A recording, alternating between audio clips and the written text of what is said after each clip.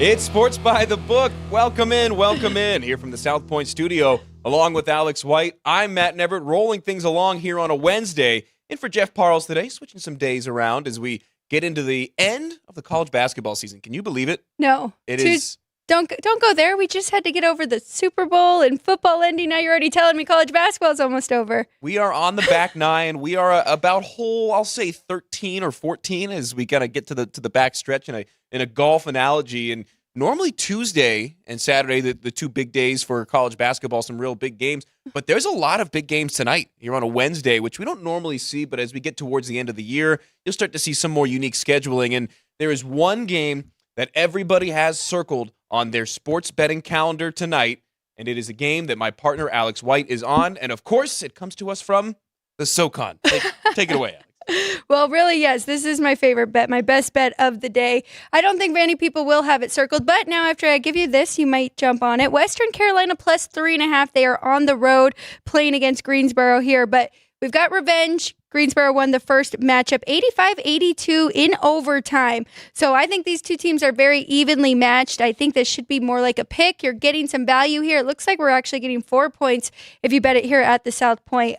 Western Carolina 8-5 straight up and ATS on the road. They've been very consistent away from home as well as at home. Greensboro on the other side 3-7 against the spread at home. So I like the 4 points here with Western Carolina. And that one's starting in Greensboro right about now. So we wanted to lead off the show, not because it's the play of the day in college basketball, but because if you want to get your action in on the Catamounts of Western Carolina, now is your time. Now that we got the important stuff out of the way. There we go. Plenty of fun guests on the show. We've got a couple of guests today. Danny Burke, our man from Chicago, joins us. We're going to talk NBA and his thoughts on the second half, some individual matchups.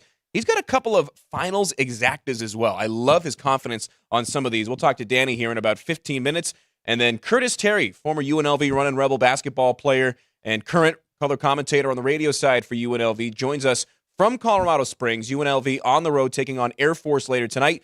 CT will join us with his thoughts on the Mountain West, with his thoughts on the NBA. He's brothers with Jason Terry, who's on the Utah Jazz coaching staff right now. And, of course, you remember him from his time in the NBA. So plenty of basketball talk coming up on today's show. And as we so typically have done with Alex and I, we're going to lead things off with the college slate before we get into Danny Burke. And yeah, that one game starting at 3 between Western Carolina and UNC Greensboro. One game that I had circled, Alex, right away, a game that starts at 4 o'clock here on the West Coast. It is number 16 Dayton, laying 3 on the road at George Mason. And this is a really interesting matchup in the A-10. Dayton is one of the more underrated teams in the country, in my opinion. It was really unfortunate. This year, Alex, you may remember I was in Dayton with UNLV basketball. That's when they right. went on the road to play that game. I was going to engineer the game on the radio side, and then there was the tragic shooting on the campus of UNLV. So the game ended up never happening. But before the game was canceled, we did get a chance to go over to the arena.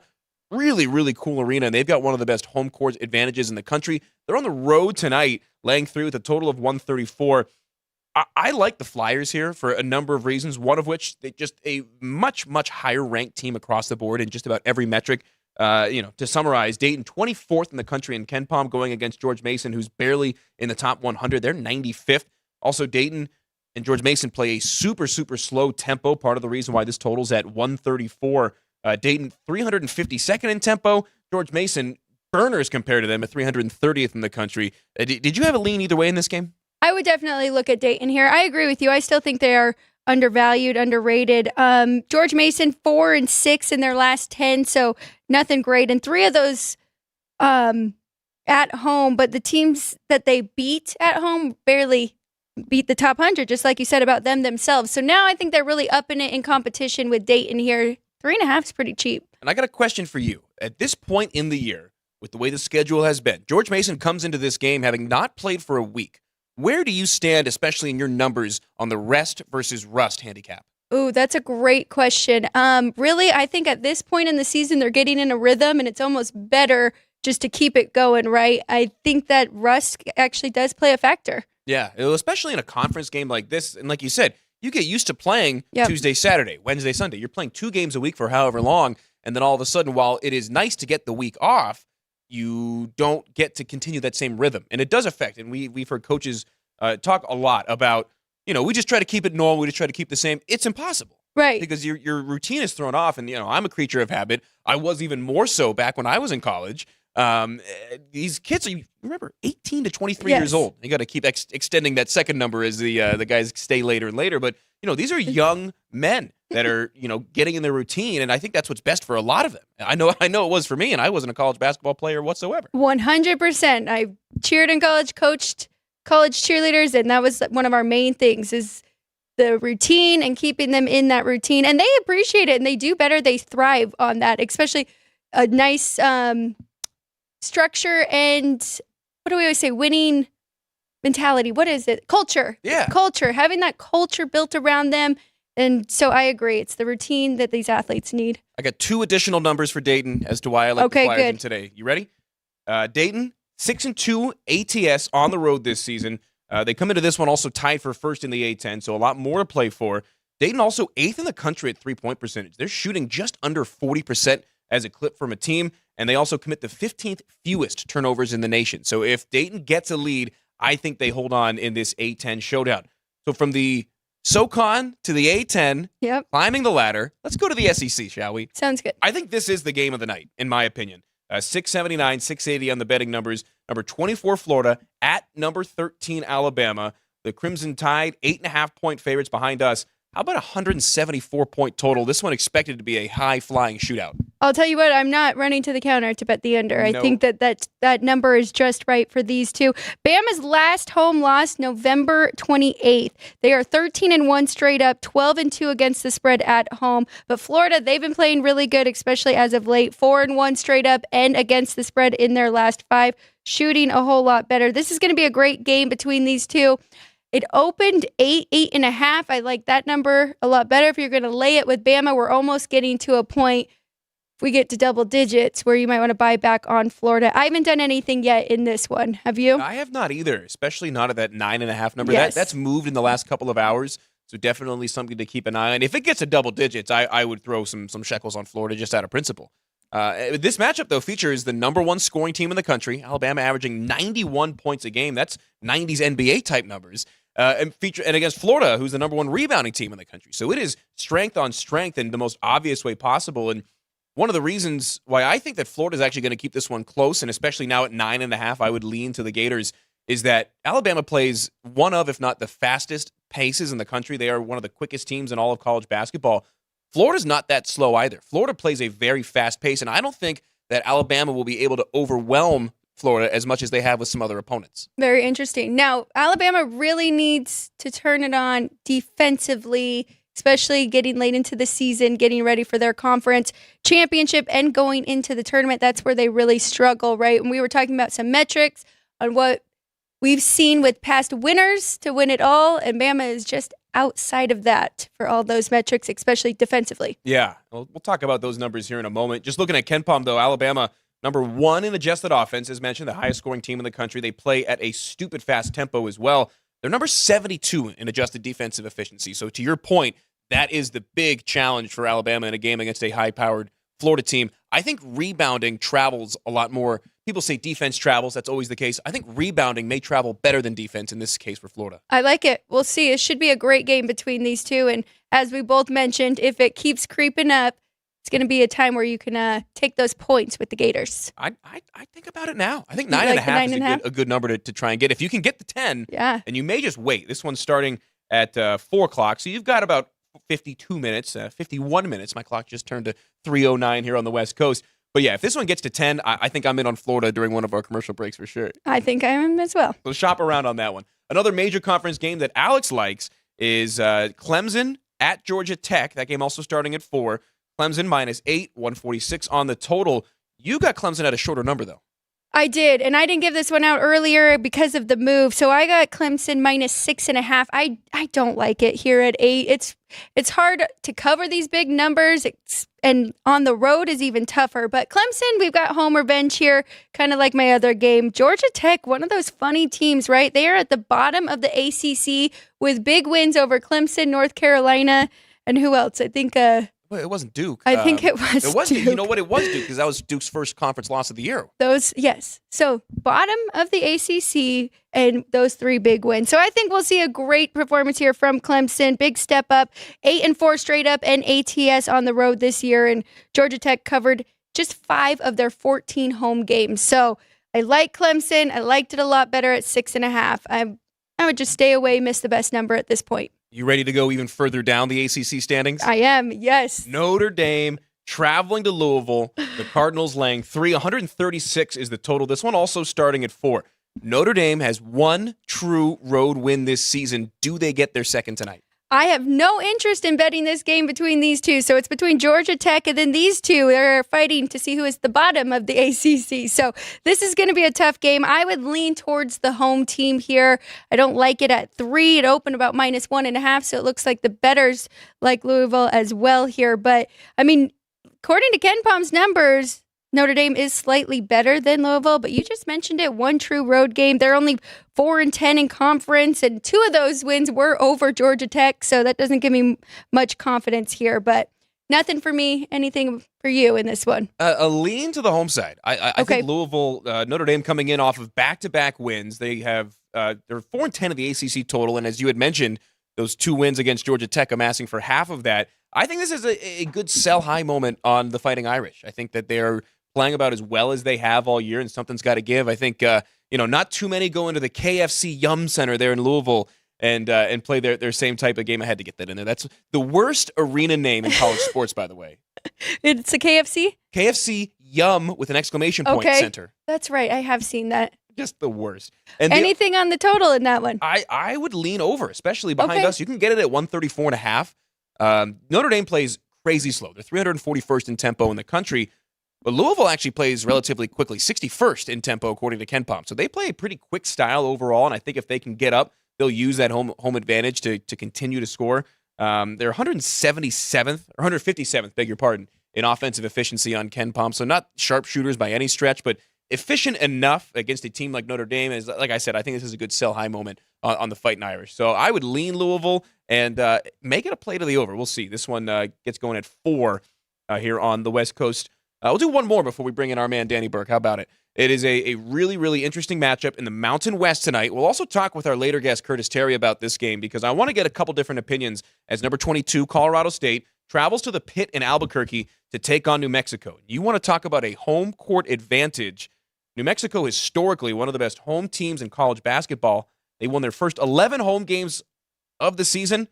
However, they've dropped their last 2. I think the Lobos, who are favored by 7 in the line that opened at 5, I still think that they get a good chance to cover that big number against the number 22 ranked Colorado State Rams. It looks like the Sharps are with you on that one. I don't know. I think both of these teams are really good. I did notice Colorado State been playing better defense as of late, allowing an average of 59 points in their last 5 games. So that's something to look out for here. Maybe won't be as high scoring as we're seeing on the board at 157, looking a little bit to the under. But it's funny, identical records, these two, 20-6, both 8-5 in conference. Both have kind of switched and been in that top 25 here and there. But if I had to pick, I would go with the home team here because they do have such an advantage there, New Mexico. So no strong play for me, but lean to the home team. We've got time. This one's starting at 7 o'clock on the West Coast, so I may have a play by then. I got nothing official in the account as of yet. The couple of big things for me. The Rams won the early matchup of the year, 76-68 in Fort Collins. That game was on January 2nd. And what did we talk about yesterday? When we get the get-back games at the end of the season, it usually, at least historically this year, has been the inverse if it was a close game. So I like the Lobos to really come out. The other number as well that I thought was really interesting. New Mexico has won 2 of the last 3 games in this matchup that it played in Albuquerque. Both of those wins by 15-plus points. So if they beat the Rams at home, they typically run them out of the gym. So I think if they win big. Colorado State has been pretty inconsistent overall. They're coming in off of a 20-point win against Utah State. So a lot of people are going to see that and go, oh, yeah, Colorado State. They're ranked, coming in off a big win. New Mexico just fell out of the rankings. I like the other way, even with the number a little bit inflated. If you got in early on this one, you got the better of the number. I love the revenge factor there. And also, it looks like other people are thinking that same thing and notice that stat. If they won the last 2 by 15 or more, that is crazy. So it wouldn't matter if you did get that 6 or the 7.5 now. The matchup to watch in that one, Jalen House for New Mexico and Isaiah Stevens for Colorado State, who just moved into first place all-time in Colorado State three-point shooting history. We'll step aside, 2-minute break here on Sports by the Book. When we come back, our man Danny Burke joins us from the Midwest. We're talking basketball coming up next. from the South Point studio. The perfect blend of sports. But I think the Niners are going to wear them down. Detroit Pistons lost their 36 games. Comedy. See over-under on that relationship lasting. I'm going to put mayo in the coffee. Yeah. I am beautiful. And a whole lot of Pittsburgh. In Pittsburgh.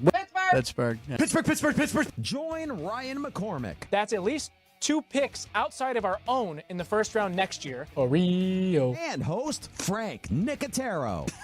I look at the clock, I go, ah! Ah! Oh! Watch Punchlines live at noon every weekday.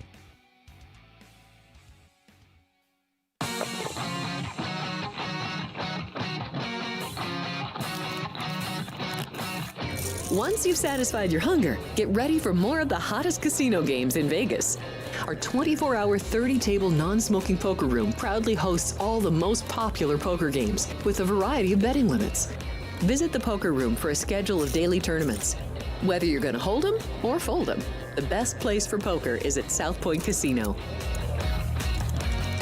You'll notice that our craps tables are usually the loudest in the casino. If you've never played, join one of our free craps lessons to find out what makes this game so exciting. Check with the craps dealer for schedules and give it a roll. Bingo is also an exciting way to spend your time. We offer 7 sessions of bingo every day. Bingo! And each session includes a cash ball jackpot, 12 bingo games, a progressive double action game, and a $10,000 bonus coverall. Electronic units are available. If you haven't played bingo with us, give it a try today. Guests can also get in on the action at our one-of-a-kind race and sports books. 2 separate rooms designed to maximize your experience and comfort. Our sports book, with over 400 seats, puts you right in the middle of the action, 24 hours a day.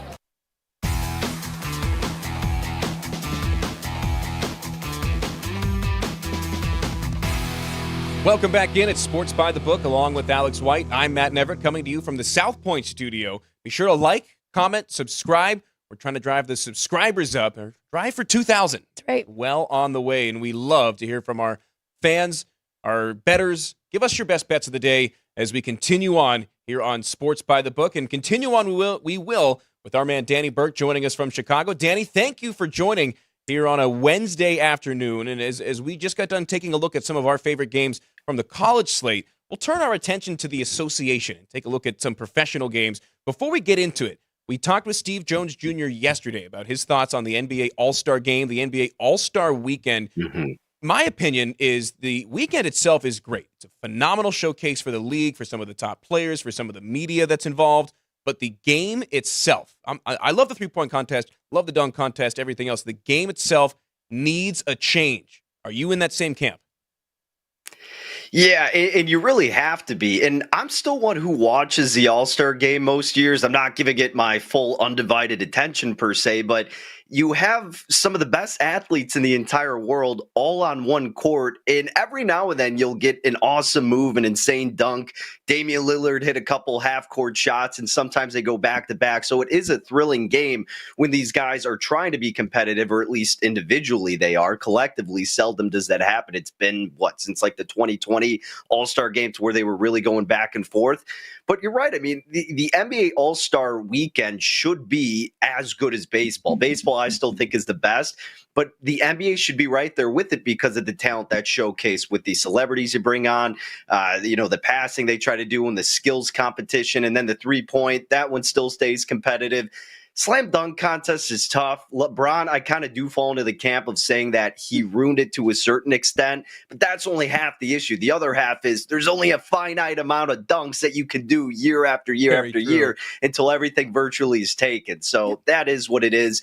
But something does need to change in terms of the All-Star Game in itself. And look, we all understand these players, you don't want them to get injured for seemingly a meaningless game, but it should mean something. It should be a celebration of the best guys throughout this association, and you just don't really get that anymore. So again, I think this year something really changed in terms of the narrative around it, and maybe they'll try to get something to at least spark it a little bit. It doesn't have to be the craziest game of all time, but just make it seem like they care a little bit, right? That's all we're asking for. Really. Seems like Adam Silver is definitely going to be trying to switch that up and get something competitive for the future. But before we get to futures with you, Danny, I'm excited. We've got games tomorrow. I know you already looked ahead. We've had numbers for a while here. There's one game you're looking at, and that is with one of the hottest teams. That's the Cavs coming back. They are hosting the Magic. Right now I'm seeing the Cavs as a 7-point favorite. Total 216.5. Some places as low as 214.5 if you shop around. What are you looking at in that one?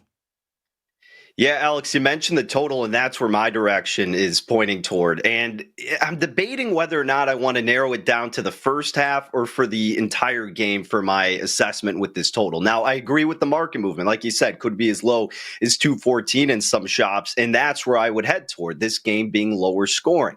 You have a defense in Cleveland that's been outstanding this season. Cleveland, on that side of the ball, second in defensive points per 100 possessions, and then third in defensive effective field goal percentage. And you're getting them against an Orlando offense that's really been lackadaisical this season. They're 24th offensively in points per possession, 23rd in offensive effective field goal percentage. Now, when we flip that around, Cleveland still has a really strong offense. They can go in really good spurts and they thrive in transition, but Orlando can counter that nicely. This Magic defense has been fairly stout this season. And what's good, too, is when you want to look at these totals, you want to correlate that with pace of play.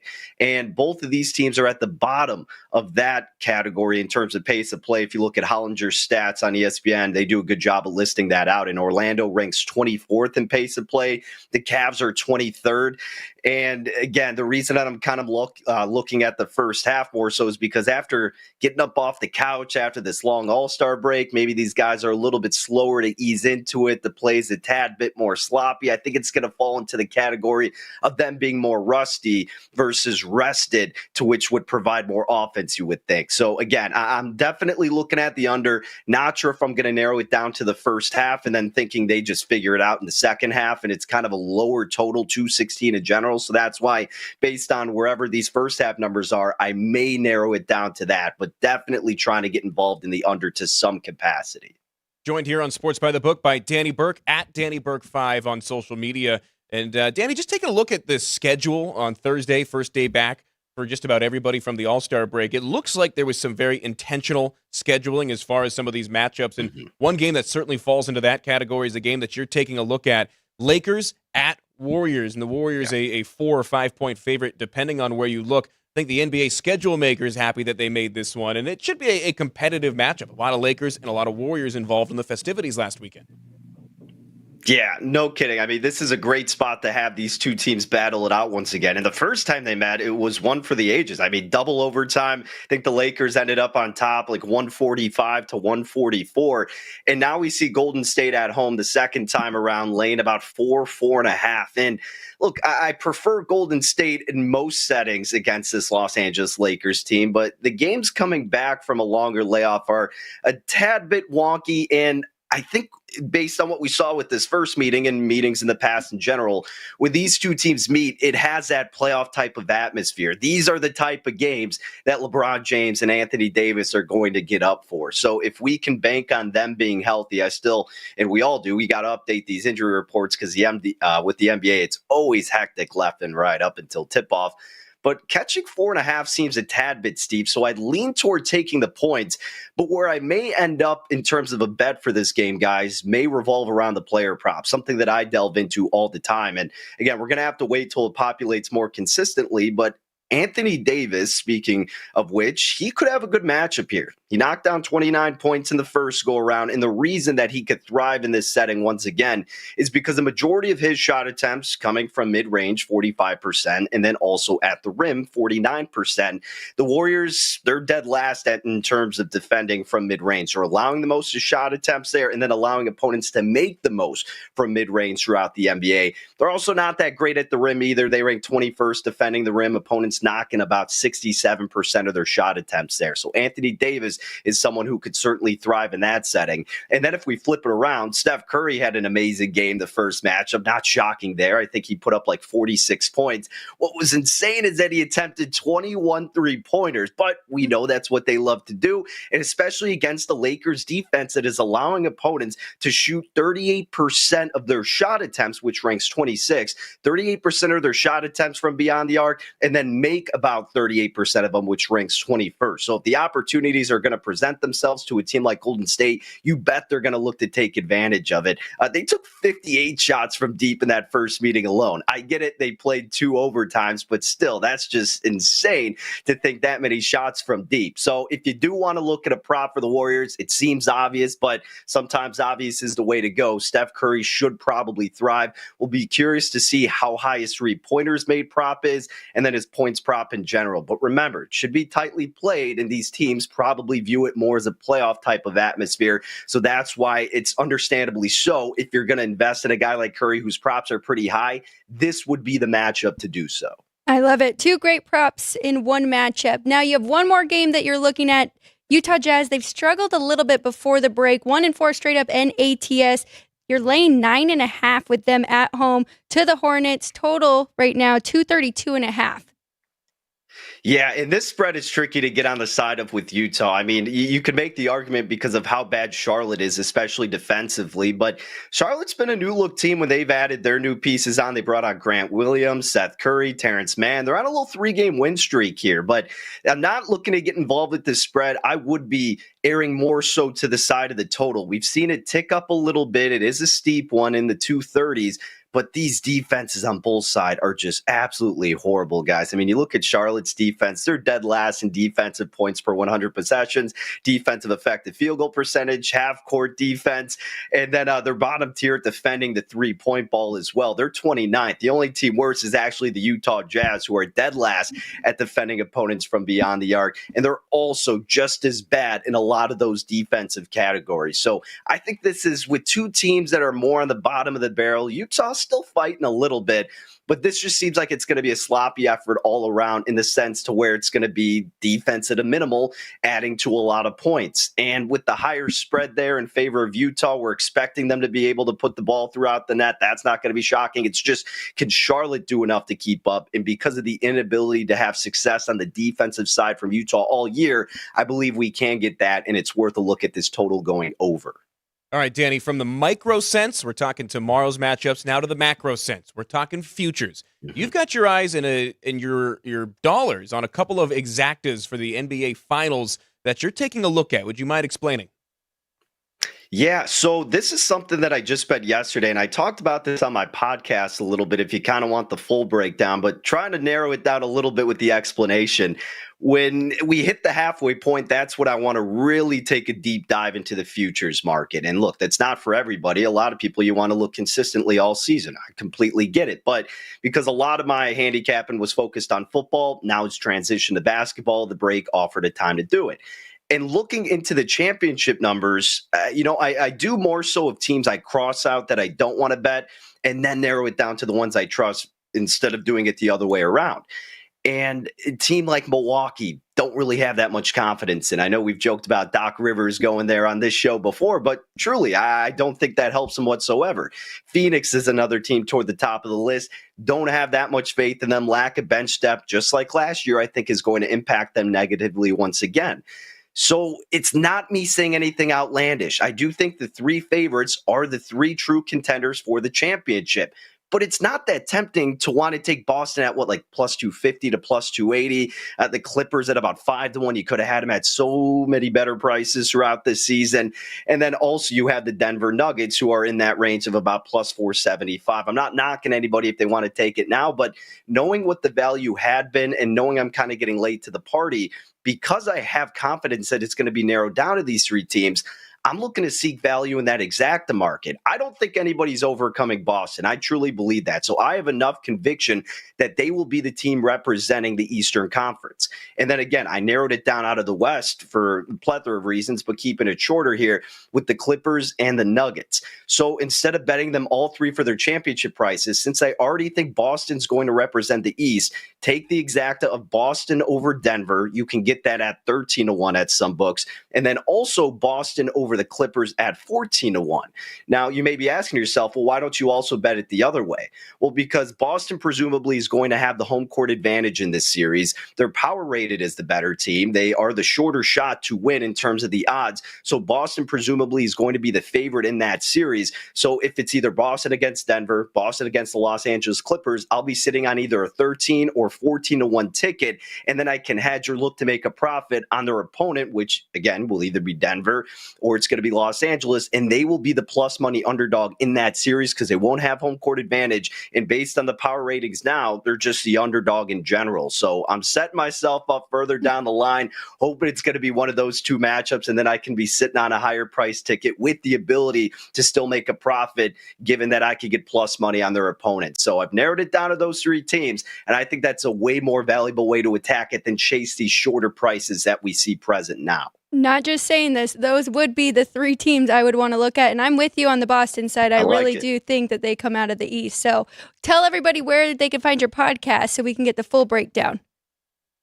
Yeah, the podcast is called Burke's Beat. I tweeted out on my Twitter at Danny Burke 5. But yeah, Apple and Spotify, you can get it listed there. Was joined by Nick Whalen. He's a great NBA analyst. I know you guys are familiar with him as well. But him and I really just scavenged through the entire futures board. And that was the main topic of conversation. So it was a lot of fun doing that, as it always is on here with you guys. Now, I've got to ask you one football question before we get you out of here.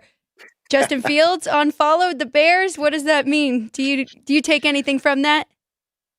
Well, look, I mean, he said, there's not much to take from it himself, and, it's all hearsay. Look, it doesn't really matter what Justin Fields does at this point. He's not coming back to Chicago. The Bears are getting rid of him. They're trading him. They're taking, presumably, Caleb Williams. Could be Drake May, but realistically, it's going to be Caleb Williams. But regardless, all the insiders are saying it, and just from a fan perspective, it makes too much sense to not trade away Fields and give yourself security. If you're Ryan Poles, if you're head coach Matt Eberflus and a new staff with a new coordinator, you bring one of the highest touted guys in the draft in quite some time. Give yourself 4 more years of security with someone who's got a way higher ceiling. So I think Fields knows the writing on the wall. We all know the writing on the wall.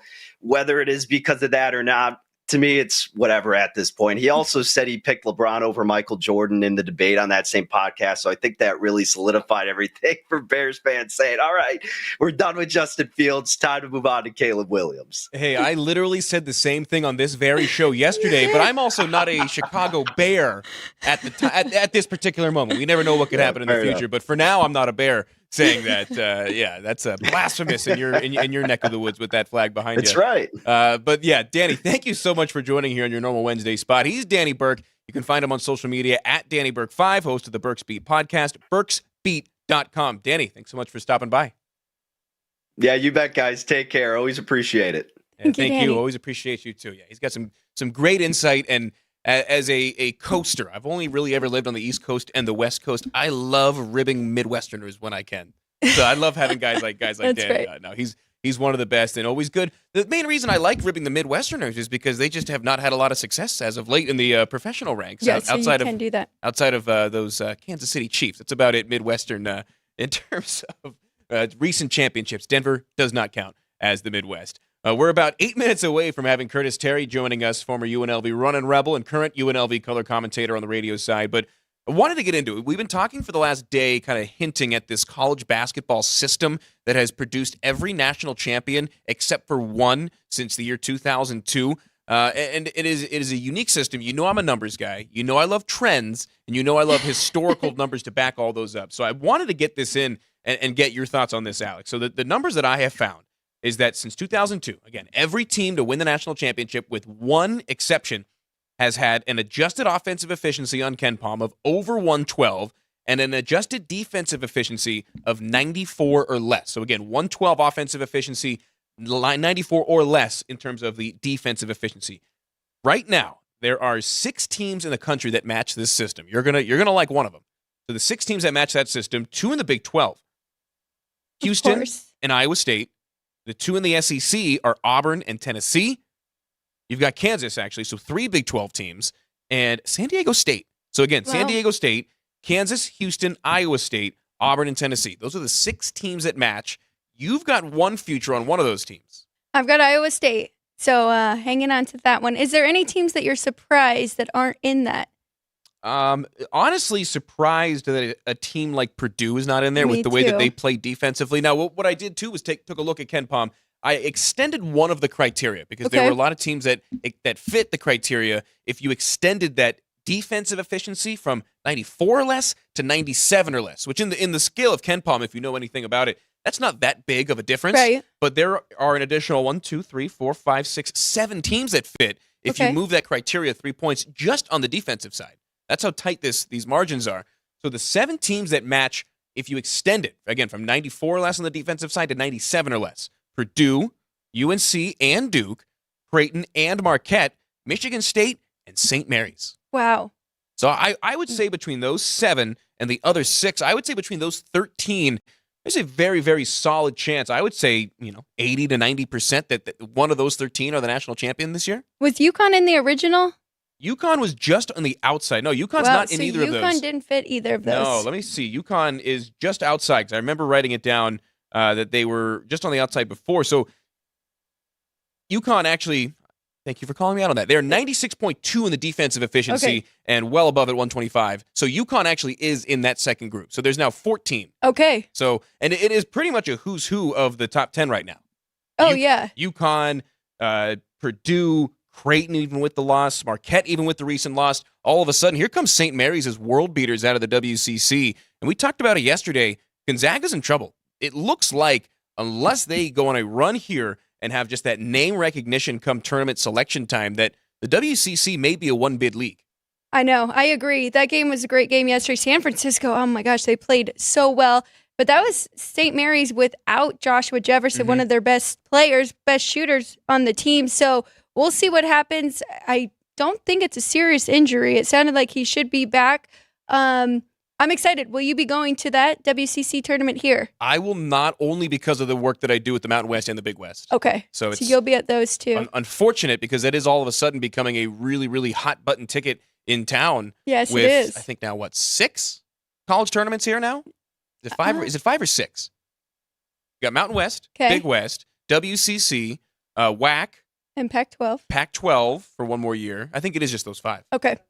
Yeah, it is it. Yeah, so but still 5. Name one other town that has 3. Right. You can't exactly. do it. Las Vegas is college basketball tournament town. It's so fun to watch. But again, just to recap that system, since 2002, please. every team but one that has won the national championship has had an adjusted offensive efficiency of 112 plus and an adjusted defensive efficiency of 94 or less on KenPom ratings. Those teams: Houston, Iowa State, Kansas, Auburn, Tennessee, and then San Diego State out of the Mountain West. And then just to recap again, if you adjusted that from 94 to 97 on the defensive side, that adds Purdue and UConn, UNC and Duke, Creighton and Marquette, St. Mary's, and Michigan State. And when we were talking about It's this a good list right before there. the show, you had brought up the point, and I totally agree, that Michigan State, if not some of those other teams, play so differently, home versus road versus neutral site, that almost excludes them from this list. But here they are in mid to late February, still among that top 14 in terms of these criteria. You're right. So it will really come down to who can play well away from home as well, right? Because Creighton, we saw it last night, upset UConn, looked fantastic. Being at home, Michigan State, we've seen them as well. It's interesting, Auburn is on that list, right? And Bama is still right there with them in that conference. But people have been talking about Auburn for a while, especially our guy Vinny. Yeah. And they fit right into that system. Was there another system that some people have, or is that the main one people use with KenPom? That's the main one that people use with KenPom. There is one more that just involves the KenPom overall rating, adjusted efficiency. 95% of national champions since 2001 have had a top 21 KenPom rating on offense pre-tournament, and 91% have had a top 31 defensive rating, overall in KenPom. The teams that fit that: Creighton, UNC Duke, Purdue, Arizona, Houston, Tennessee, UConn. So a very similar mix. I think Arizona, the only team that wasn't mentioned on either of those 2 prior criteria. Yeah, I think you're right. So Very that interesting. adds the Wildcats. Always interesting to take a look at some of these come the end of February before the tournament, because this is where you really do a lot of your handicapping. Can only really do so much. And then one last thing, Alex, before we take our final break. Out of the 6 teams, Houston, Iowa State, Kansas, Auburn, Tennessee, San Diego State, Actually, we'll say out of the 5, because you've already got your ticket on Iowa State. If you had to do one more ticket, odds aside, on any of the 5 other teams in that list, who would you look at? Tell me them again. Kansas, Houston, Auburn, Tennessee, San Diego State. Houston. I agree. Defense travels. Right. So does rebounding, as we talked about with Florida earlier in their matchup against Auburn. Alabama. Just an interesting look. Take with that information what you will. We'll step aside for one final break. Be back in 120 seconds with our man, Curtis Terry. We're talking hoops. We're talking hair. Who knows what we're going to talk next? Don't go anywhere. Sports by the Book. South Point offers all the types of entertainment you'd expect at a first-class Las Vegas resort. Did you know our 400-seat showroom is one of Las Vegas's top destinations for live entertainment? Enjoy live performances by classic Vegas entertainers, bands, and today's hottest comedians, plus a rock and dance floor. You can also enjoy live entertainment at the Grand View Lounge, where you'll feel all the vibes of old Las Vegas. Enjoy the music, and if you love to laugh, don't miss The Dirty at 12:30, our very own free comedy show. Every Friday night at 12:30 a.m. in the Grand View Lounge. The Dirty is 100% free, so arrive early. Go to southpointcasino.com or call the box office at 77136 for today's performances at the showroom and the Grand View Lounge. When you're ready for your favorite cocktail, stop in and unwind at one of our 7 specialty lounges. There's a bar around every corner, because you're in Vegas, baby. South Point Casino has plenty of attractions for the whole family. Catch a movie.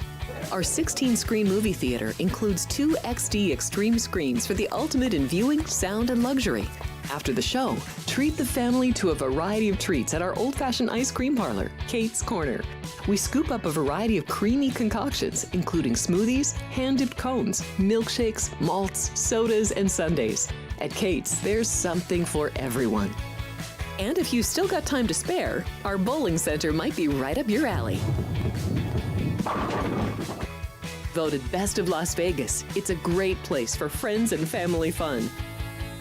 64 lanes, a pro shop, snack bar, and arcade. And while the kids are bowling, you can play slots and sip on a drink in the Alley Cat Lounge while overlooking the lanes. For our more serious and professional bowlers, the South Point is also home to a separate tournament bowling plaza.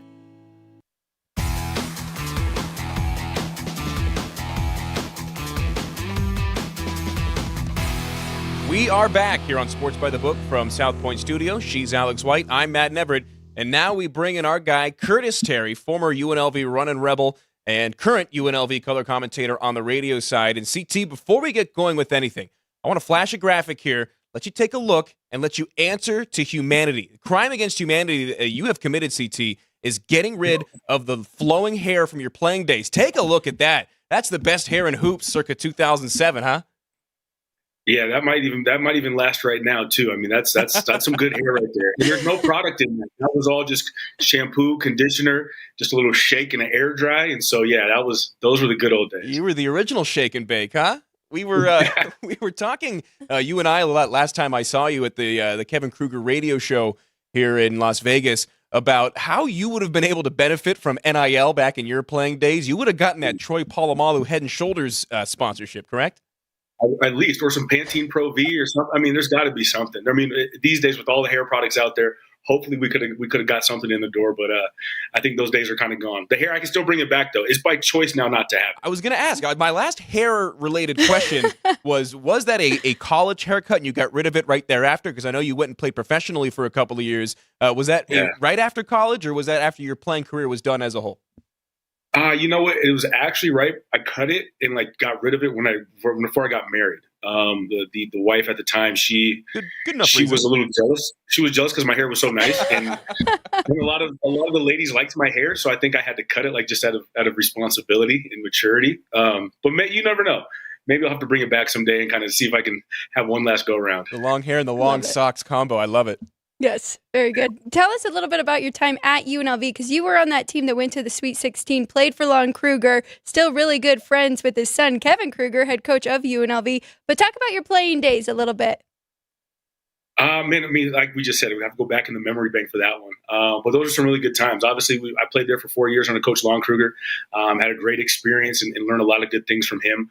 but then had the chance to play in 2 NCAA tournaments. We won 2 Mountain West Conference tournaments as well. And we kind of were able to reinvigorate, re-energize the basketball program at UNLV and kind of set it up for what it was after that, with Coach Kruger going to, I think, 4 total NCAA tournaments at that time while he was at UNLV, and then Coach Dave Rice came in. And there's kind of been some downtime since then, but now that my good friend Coach Kevin Kruger is in charge, hopefully he can get these guys back on track. But Vegas, as you guys know, holds a special place in our hearts, especially UNLV and the campus and the good times that we had wearing the Rebel colors. Yeah, there were some pictures that we could have put of you and Kevin on there, but out of respect to both of you guys, we left those off of the show today. With your unique history with both UNLV and the Mountain West, of course, former player, now current broadcaster, the Mountain West right now, CT, as good as it has ever been on the hardwood, would you say? Oh, 100%. Not even close. And, just top to bottom, night in, night out, you never know who is going to win. Case in point, as we'll get into here in a couple of minutes, when Air Force came to UNLV last month, Air Force had 1 conference win. It was not a really convincing one. UNLV was coming into that game as hot as they had been at that point all year. And then the Falcons blow them out by 30 in Las Vegas. That is just a small scenario of what the Mountain West has been all year. You've got teams like Utah State, San Diego State, Colorado State, New Mexico, kind of at the top with Nevada and UNLV kind of right underneath them.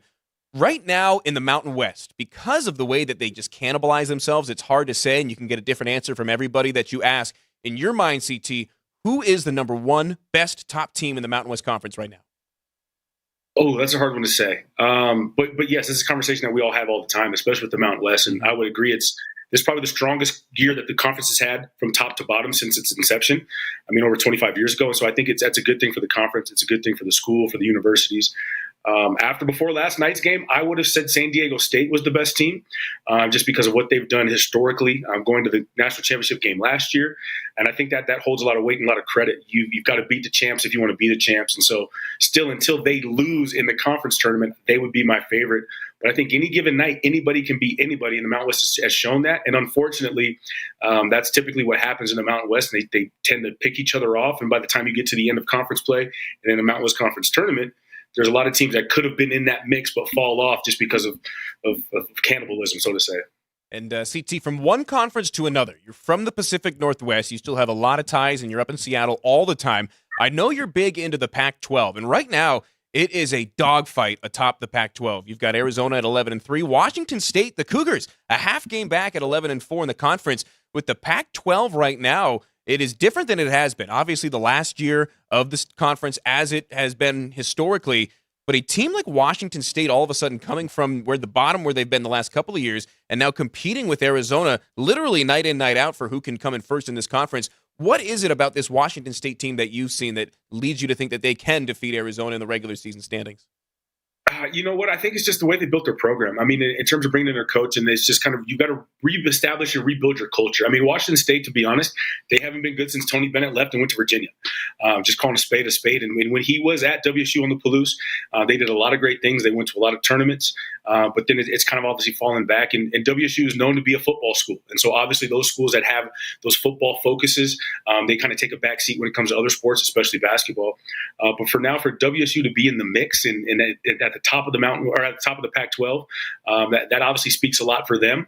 But again, I think Arizona is that best team. Just what they do on the court, top to bottom, in terms of just the style of play and their international flair that they have, and being able to knock down shots, play inside out, and play fast and get up and down the court. At the end of the day, Arizona is always going to be a tough out, and I think they're just showing that they're truly one of the best teams, not just on the West Coast, but in the country. Bringing it back to UNLV, you are in Colorado Springs for a game. As Matt mentioned, Air Force came here to Las Vegas, beat the Rebels by quite a lot. UNLV went on a streak after that, won 5 in a row, coming off a tough loss to their rival, Nevada. How do you think this game goes tonight? You think the Rebels are ready for this revenge spot?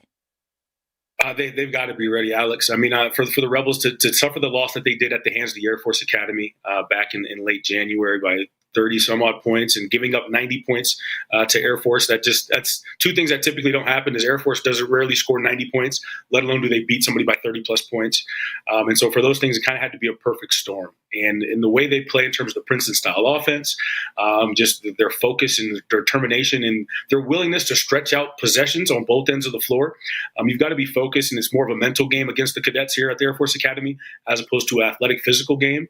And so I think the Rebels have to be in a position where they're really focused and locked in on the game plan, because this game is even more important after not just losing to Air Force a few weeks ago, but then that tough loss that they had on Saturday against Nevada. You're really jockeying for position right now in the Mountain West, because as it stands, you've got 7 teams within 2 games of first place, and you've got about 6 games left to go for everybody in the conference. So this game is at utmost importance for the Rebels. But Clune Arena is a tough place to play on the road, in front of the cadets and everybody that comes out and supports the Air Force Academy. So it's going to be a tough game, but the Rebels are in a spot where they need to get it done. And CT, wanted to go back to something you had said about this Air Force team. For our viewers who may not be aware, what is so unique about the Princeton-style offense? And maybe from a personnel standpoint, if that's the most important thing in your eyes, what can UNLV and who on UNLV can stop what makes the Princeton so successful? Well, the Princeton-style offense, obviously, I mean, it's about playing in space and playing in motion. Not typical in terms of with playing off the dribble or off the bounce. It's more so read and react. And so if somebody dribbles at you, they're going to backdoor cut. So you can't get too high. You can't get too pressure or aggressive to deny. From there, they like to spin. And if they don't catch, they spin and post up. Then they like to throw it in the post. And their guards like to play out of the post, which is typical because most guards aren't comfortable defending players in the post. But they also like to reject ball screens. And so that's one thing to where you can't get lazy. You've got to force them into the ball screens. You can't let them reject, because if they do, then that opens up the weak side for the backdoor cut. But they're also very methodical. They like to take their time. They're not in a rush. They want to have a game where it's long possessions. Lower scoring obviously favors them just because of personnel. But from my time playing, and again, this goes way back, aging myself here, but it was always more of a mental game when you play the Air Force Academy. I mean, you can't go out there thinking you're the bigger, physical, more athletic team, because that's what they use against you.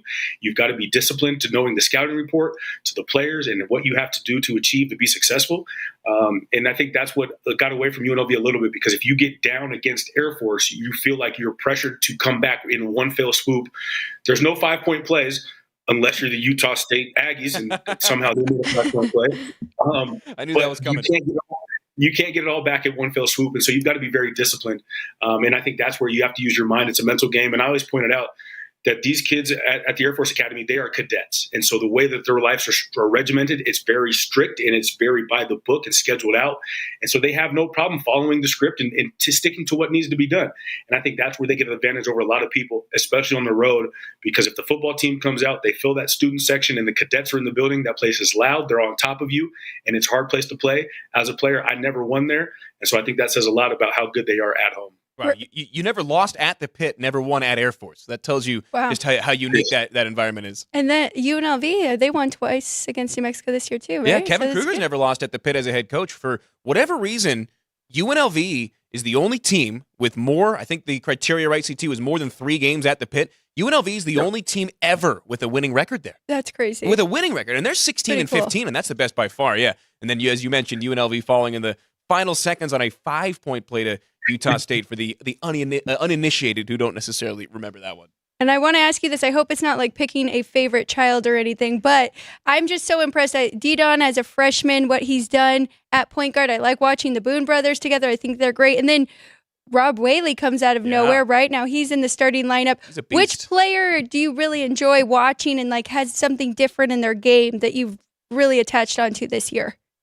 You know, Alex, that's a good question. I really enjoy watching all of them for different reasons. I think the exciting one to watch, obviously, is Rob Whaley. I think when he gets a chance to get in transition or gets to get a chance to, like I like to say, he likes to put somebody in the basket. He likes to catch a body. He's going to do that, and it's a highlight typically. The way DJ plays, it's not going to grab your attention. It's not super flashy. It's just super efficient, and it's so mature from his standpoint as a player. I like Jackie Johnson coming off the bench. We've talked about this before, Matt. I mean, Jackie just knows his role. He's an instant offensive guy. He likes to come in. But I think the way this team is constructed and the way the season hasn't gone as planned so far with a couple close losses and unfortunate ones and injuries, but this team is special. And they're built to where they can play inside out. They're very tough. They're very defensive-minded. And so like we saw, they go on a 5-game stretch and they win 5 in a row. If they get hot at the right time like they look like they're doing, they can make a lot of noise and really shake the conference upside down because of those 6 teams or the 7 teams that might have a chance to get in. UNLV is at number 7, and so I think they can go in the tournament and really break somebody's plans, or just give them a nightmare and keep them out of the NCAA tournament. We still got a long way to go, but nonetheless, the leader of this pack is definitely Deon Thomas Jr. and what he's doing on the court of the point guard position. Yeah, UNLV, not a fun team to play for a lot of these teams in the conference, especially with the Mountain West tournament on their home court here at the Thomas and Mack Center. CT, wanted to ask you about one other matchup going on around the Mountain West tonight, and it is one of, if not my top favorite games of the day that I'm going to be keeping an eye on. Number 22, Colorado State at the Pit in Albuquerque, taking on New Mexico. And New Mexico has lost their last 2 games at home, including to UNLV, a game that you and I were at 2 weeks ago. This is an interesting matchup, and a lot of the money coming in on this game itself is towards New Mexico. And this New Mexico team plays very different home and road. This is a very unique matchup against a Colorado State team led by Isaiah Stevens. What are your thoughts on this game as a whole? This is going to be a good game. I mean, I think in terms of how this game is played, it's obviously going to be driven by the guards. Isaiah Stevens, like you mentioned, Jalen House, Jamal Mashburn Jr., Donovan Dent. This is going to be a game focused in the backcourt and who can lead their team and get it done. And like you said, New Mexico's lost their last 2 games at home. Obviously, they lost to UNLV, and then Boise goes in there. And Max Rice has a huge game offensively. But I think it's a position where this is going to be a big game. I think this is not just helps UNLV, but everybody around the conference. The rest of the way, there's always 2 of the top 6 or 7 teams are playing each other every night out. And so for them to be able to figure out who's going to win, and if you lose or you win, you're going to be able to move up or move down a game or a half a game. But it's hard to say right now that New Mexico is going to lose another one at home. They've just been so stingy at home. They play so well at home. And as you see, Matt, I mean, you've been in the building before, and when they get going in the pit, it gets noisy, it gets loud. The students are there. It's 15,000 plus. They're maniacal down there. And so I like New Mexico going in there to get the win. I mean, that's a number. That's a lot of points. But nonetheless, I think it's a game where New Mexico is going to be able to get the win. And I think they probably need to win more so than Colorado State does right now. Can't forget about Snake, the super fan down there in Albuquerque as well, huh? He wasn't too happy after the last game when the Rebels beat him, but he was gracious enough to give Coach Kevin Kruger some love and a hug, and he's one of the fixtures definitely at the Pit in New Mexico. That's funny. One more college basketball question for you, because we had our first projection of the top 16 seeds. We've got our 4 number ones, of course, Houston, Purdue, Connecticut, Arizona. Who, in your eyes, is the top team in the country? Is it one of those 4 or maybe somebody else? It's not Connecticut after last night. Yeah, we saw sure. that. And the way the good thing, like on Instagram, right? Girl math. If UNLV beat Creighton and Creighton just blew out UConn, I think UNLV's got to be a favorite to get a number 1 seed. I like it. But me personally, I like Arizona.